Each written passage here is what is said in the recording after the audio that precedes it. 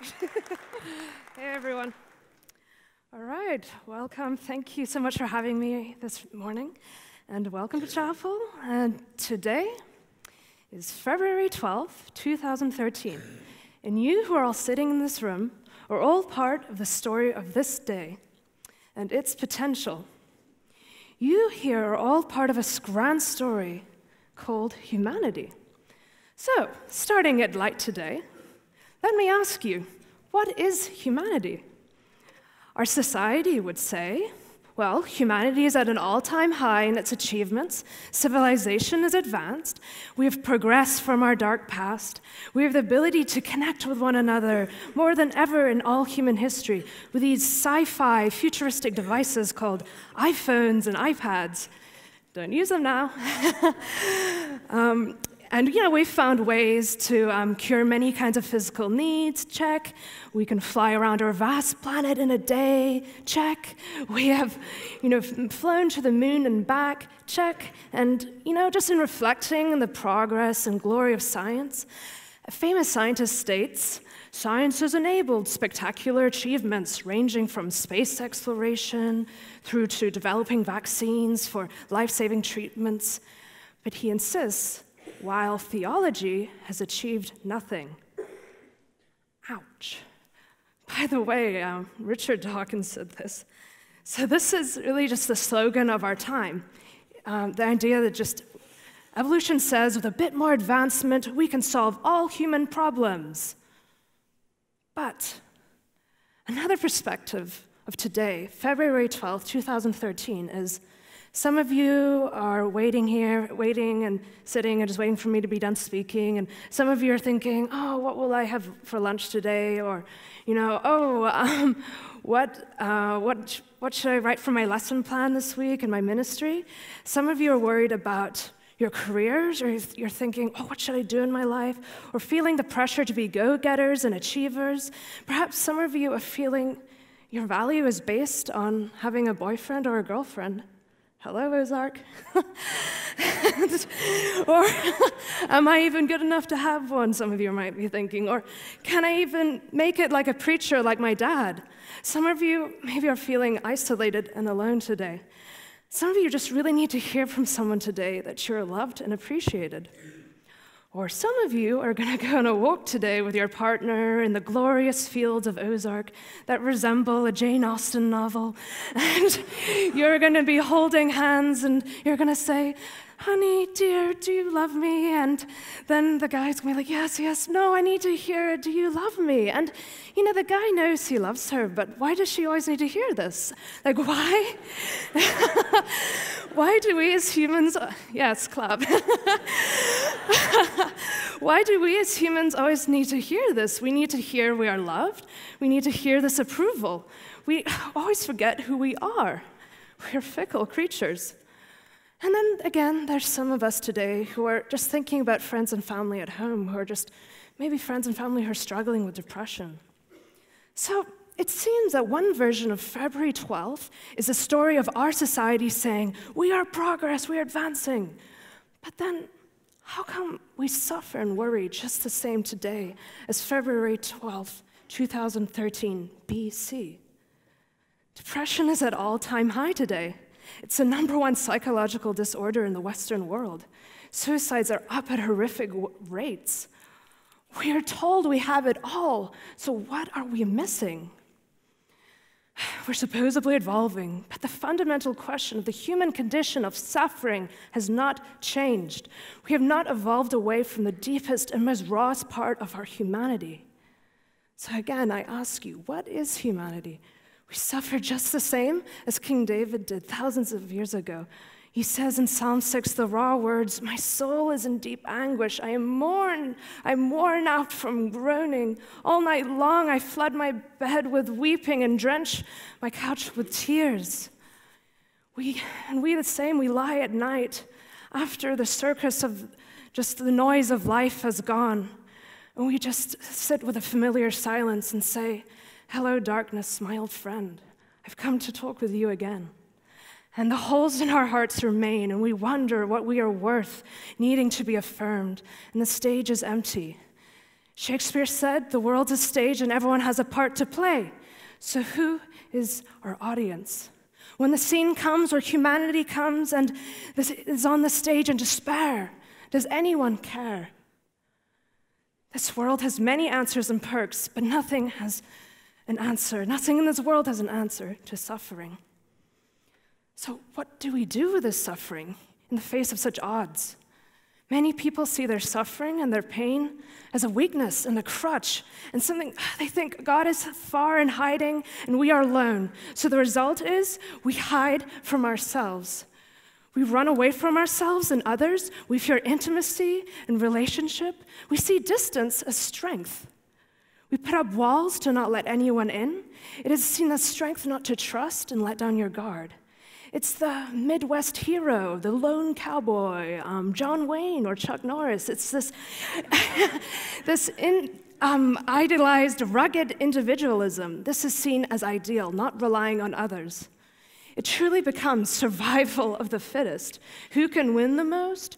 Out of insecurity, we only feel strong when we have accomplished things. We attain. We get more attention from this guy or girl we like. We feel accomplishment. Attain to the next social status or career level and get the next gold sticker. It's just the same with kings. Kings' strength are measured by how much they have and how high they are. So what is strength, I ask? Does it really mean more? Think about this. Most religions in this world have created gods and heroes that just celebrate strength and herald beauty and perfection. In the mythologies, there's the god of war, the god of fertility, god of beauty and plenty and more and more and more. But always this plenty and strength does not last. Always their greatest downfall and shame is their Achilles heel. So again, humanity is left alone. No God or hero to understand it. Humans just have had this longing that their gods would understand them in their darkest moments, but none of these idols could stand in these moments of weakness. However, 2,000 years ago, when we were worshiping strength, the true God revealed himself in our world. Not to be Hercules with muscles, but instead he came in the world and was strong enough to be the face of all suffering. No religion had ever seen this. Only our God could embrace the Achilles heel of all humans. He took the Achilles heel, everyone else's stumbling block, and made it victory. Normally, gods and kings cannot afford to lose power or look weak. Only our King of Kings had the courage to lose everything. To confront weakness, to become a slave, to serve his people, to empty his power, his pride, his honor, and to lose everything in order to be with us, to share in all the pain we have ever suffered. And he did this on the cross. What a scandalous paradox. In Philippians 2:7, it says, he had made himself nothing. He humbled himself by becoming obedient to death, even death on the cross. Therefore, God exalted him to the highest place and gave him the name above all names. So I ask you again, what is true strength? Here in Philippians 2, it says, when he became the weakness of the world, God gave him the name above all names. So, this just reminds me of before I became a Christian, I used to study archaeology and a lot of ancient world religions, and one summer I used to live in Vancouver, and I was studying at this old university, and it was this class that was like alternative religion, pagan, Wiccan kind of stuff, and I think it's a really liberal environment, and it's really against just traditional religions like Christianity, like they really don't like normally, we had it was a really interesting class. We had homework assignments in this class where we had to talk to a tree, and we had to feel like the energy, like, I don't know, be like Pocahontas or something, and it was like, it was interesting, but as a homework assignment, I was like, whoa, okay, and we had to do stuff like try to go into altered states. It was really trippy, and it was like, the pagan version of Ozark and its assignments. Instead of, okay, guys, go to pray, go talk to the tree, just get your stuff settled, And it was an interesting class, And at the first day of the course, the professor asked everyone, introduce yourself, what's your name, and please say who is your favorite pagan deity, mythological god, shaman, sorcerer, or saint. And so we went around the room, and, the teacher in his academic voice was like, oh, I like Dionysus because he's the god of wine, ho, ho, ho, and we all had a good scholarly laugh, and, and someone else said, oh, well, Thor, because he throws thunderbolts, oh, cool, yeah, yeah. And then everyone just kept picking these array of these, mythological gods. And, you have to remember, again, this is like, the really liberal environment. And, I pretty much, when it came to me, I guaranteed social suicide to myself by saying this, but God helped me. I said, Jesus, because he doesn't have to throw thunderbolts, and he is still cool. And I swear there was a dead silence after my answer. The dry cough, the awkward dry cough, like... and it was like, and it was just really like, they were like, okay, this just was completely moving on. And I remember, you have to remember, I was not a Christian at this time, but my friend who led me to Christ, John Lyon, had already told me some things about Jesus, and I just distinctly remember feeling that Jesus was superior in a weird way to just all these other gods. He was so intriguing to me because he didn't come to us like Hercules with big muscles. He came in humility. He was a servant of all, and I was so impressed by his meekness and ability to suffer and empty himself out of love and his ability to forgive. That was way more powerful to me than anything Thor could throw at me any day. 1 Corinthians 1:27 says, God uses the weak to shame the strong. God, in this act of becoming Jesus and being on the cross to fight all the rules of this world, he flipped worldly logic upside down and all the systems on its head and redefined strength. Only God was strong enough to become weak. Only Christ was strong enough to become the rejected. Isaiah 53 says, he had no beauty or majesty to attract us to him. Nothing in his appearance that we should desire him. He was despised and rejected by mankind, a man of suffering and familiar with pain, like one from whom people hide their faces. He was despised, and we held him in low esteem. Jesus became everything we've ever been afraid of being and turned it into victory on the cross. So what is the cross? When the world needs posters of Hercules to feel strong and affirmed, we Christians have a cross on our wall to encourage us. What's up with that? It just seems, we look at the cross. It looks so weak and shameful. It's something the world runs away from and hides because it shows our sin like a mirror. When we see it, it reflects us. It's so raw. It's full of the ugliness of all humanity, and it's so hard to look at, but yet it's a mystery. Strangely, it's beautiful because of the magnitude of Christ's love. It's a deeper beauty than anything flashy and shiny of this world. It's a beauty of pure, honest integrity. It's Christ taking up all our pain and putting it on himself out of love for us. It is saying in this story of humanity, which includes February 12, 2013, we are not alone. God is involved. God is saying, I want to be with humanity in its suffering. I don't want to be this distant God of power, but instead I want to be in the muck and mire, crawling through it with my children. I will show humanity they need not fear sin anymore. I will take it. They think they have suffered alone. I will show them through my Son on the cross how much I have suffered since the creation of this world for their pain and sin. I have mourned with every broken soul since the beginning of time. Every oppressed child weeping, I was there next to them. Every girl who felt ugly, I was there. Every man who did not believe in himself, I was there. So I will walk with them, and I will carry that cross, for I am with them. Amen, indeed. So, What does this mean to us, Ozark Christian College? 1 Corinthians 1:18 says, "For the message of the cross is foolishness to those who are preaching, but to us who are being saved, it's the power of God." With the sacrifice of Christ, we are no longer under the rules of the world, where we have to do everything on our own, every man for himself. We no longer need to act tough. We no longer need to come into chapel or into our churches and act tough, paste on a smile on our face, and try to act cool for each other's affirmation, and these things of the world that only distance us from one another. When we see the cross and Christ's sacrifice, we have the strength to surrender all that.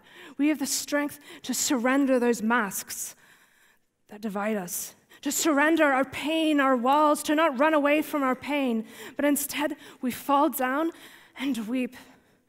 And we understand all things in this moment of letting go. Now we truly see, blessed are the poor, not the strong, because they know they need God. We are then like children who know we are desperate for our parents and cannot do anything without them. When we are fully raw and desperate for God, in this moment, we are fully human. We live deeper lives. We are more vulnerable. We have a deeper connection to the whole human experience and to every human on this planet. We are all united in this, in our need for God. Humanity's power is no longer measured by its ability to be perfect and have everything together and to be the toughest to win, but our power is in our ability, measured in our ability to lose, to suffer and fail, then be able to rise up again like a phoenix when we turn to God and rely on Him in relationship and have that sweet redemption. Just in the light of this week and the events, I'm so encouraged by the promise that our suffering is never, never meaningless. So where does this apply to all of us? If blessed are the poor, do you feel blessed in your lacking? Or do you only feel rich and accomplished when you have achieved statuses with your relationship or career that are never even meant to fill us, these things that only distract us from God? What situations do you run away from God and yourself? When a situation comes, when someone annoys you, or maybe it just inspires a lot of pain, we normally see this as a burden and we want to run away. But instead, we should see this as your greatest opportunity to rely on God, to grow as a person and to learn to love more, to learn to rely on God more. Here, faith is not weak. It takes courage to love someone who's unlovable. With the cross, our burdens are turned into victory.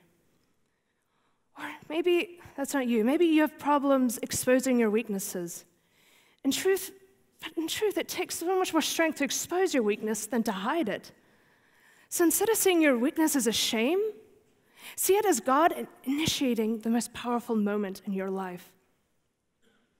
God said to Paul, "My grace is sufficient for you, for my power is made perfect in your weakness." Therefore, Paul says, "I will boast the more gladly about my weakness." Paul was a leader of the church who just delighted in his weakness. Do we as leaders acknowledge our weaknesses, or are we preoccupied with protecting our image, our pride, and our power? As leaders, we are healed by the wounds of Christ. So in the same way, by our wounds, we can heal others. Remember, Jesus did not choose kings of the world to be his disciples, but he chose mere lowly fishermen to sit with him in the 12 thrones in the eternal kingdom. So never think that God cannot use you in your weakness. Maybe in your struggles and your weaknesses that you will help others the most. He even found me. I know a little about weakness.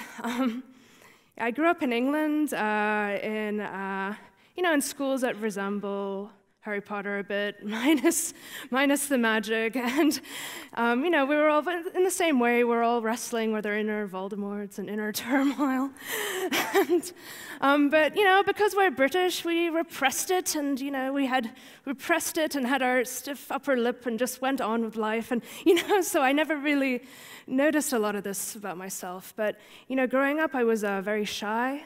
And growing up, when I was becoming a teenager, I became very ashamed of my shyness because I was like, oh, if I'm quiet, people will just won't pay attention to me, or people won't like me. And so I just started to I wanted to be more outgoing and more put myself out there. And it just made social situations hard, and just always having this pressure to be that way.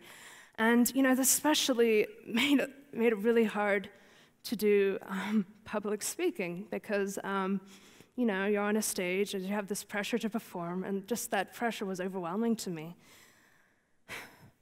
But wait a minute, what am I doing up here? This is my Achilles heel. God, has taken just the ugliness of that situation and made me rely on Him. He's taught me that it's not about me up here and what you think of me, but it's, because I'm already accepted by God. And, He's using this weakness of mine and using it for His glory. And He's using it to help others, and just through speaking perhaps, and it's incredible freedom.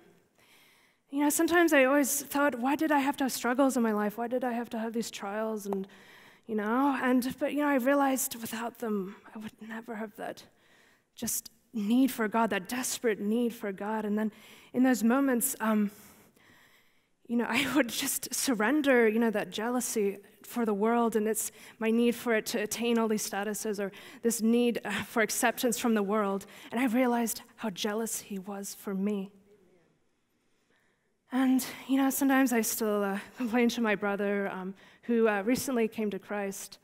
And, I say to him, oh, why don't I have my life figured out? Couldn't I have a more stable life? Or why can I have my career figured out? And why don't I have a family? Why don't I have a husband? Or these statuses figured out? And it seems like everyone else has it. Why don't I have that?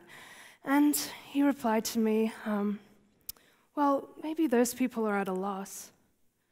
Well, actually, he said, those people are at a loss because they don't have to rely on Christ as much as you do. And with a just tear in my eye and a smile, I felt victory. Thank you.